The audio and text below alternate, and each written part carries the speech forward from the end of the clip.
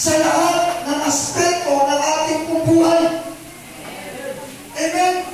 Kaya, sabi dito, ito ay pagkakaroon ng sapat na supply mula sa Diyos. Amen? Supply mula sa Diyos upang matupad ang kanyang mga utos. Inaasahang mangyari at ang dakilang layunin niya sa ating buhay. Amen? Kaya napakaganda po na kingdom prosperity. Amen? Hallelujah? Kaya, sabi dito,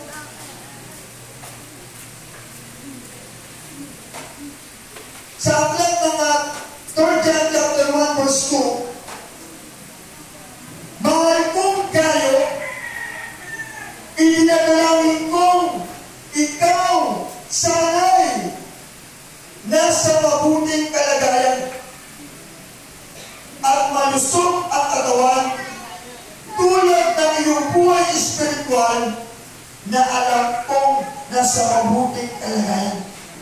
Kapatid, ang tanong, kamusta ang spiritual mo? Amen? Yung spiritual mong buhay, nasa mabuti pa bang kalagayan? Amen? Baka may sakit ka na spiritual. Hindi mo namamalayan. Amen? Na unti-unti na parang nagkakaroon ng sakit ang iyong spiritual.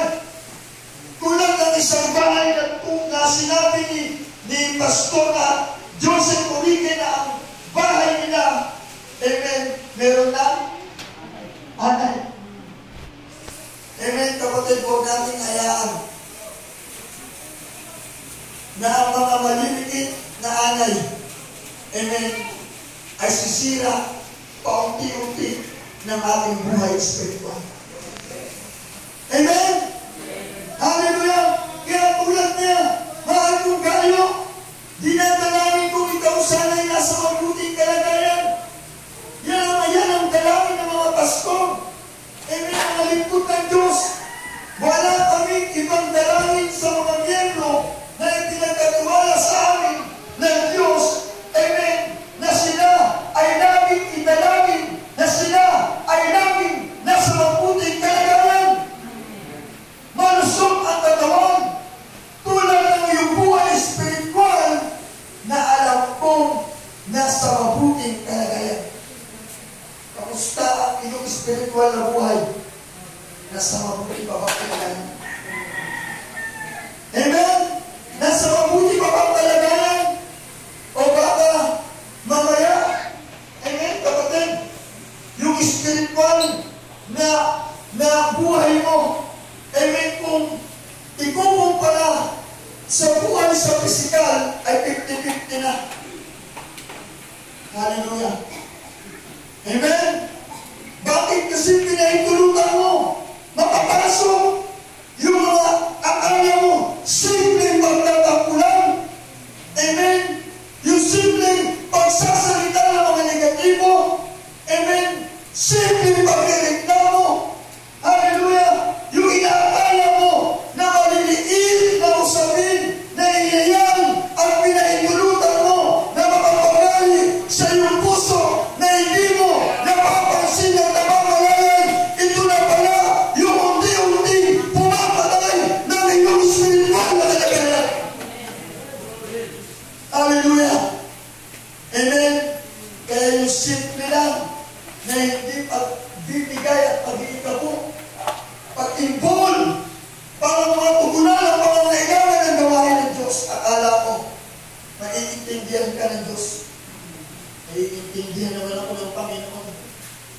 Amen? Kasi ito lang ang ating ikaw. Amen? Ito lang ang ating kinikita. Pero hindi mo alam, kapatid. Amen? Pinapahintulutan mo yung mga bagay na isang araw, yan ang magiging daan. Amen. Para wasakin, hallelujah, ilubog at sirain ang iyong spiritual na buhay. Amen. Para hindi mo makamtan yung kingdom prosperity.